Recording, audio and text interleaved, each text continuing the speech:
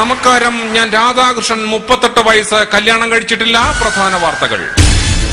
Chicken ഗുനിയെ കുറിച്ച് കൂടുതൽ പഠിക്കുന്നതിന് വേണ്ടി ഡൽഹിയിൽ നിന്നും 3 അംഗ വിദഗ്ധ സംഘം ഇന്നലെ കേരളത്തിലെത്തി. 3ന്റെയും ശവസംസ്കാരം നാളെ ഡൽഹിയിലെ വീട്ടുവളപ്പിൽ നടക്കും.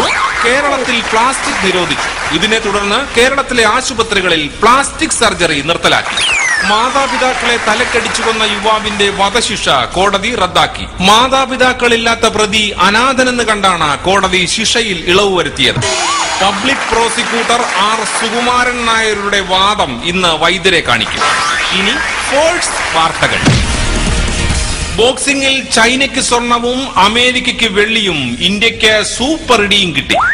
അമ്പെയ്ത്ത് മത്സരത്തിൽ കേരളത്തിന് സ്വർണം നഷ്ടപ്പെട്ടു. റഫറിക്ക് കണ്ണു.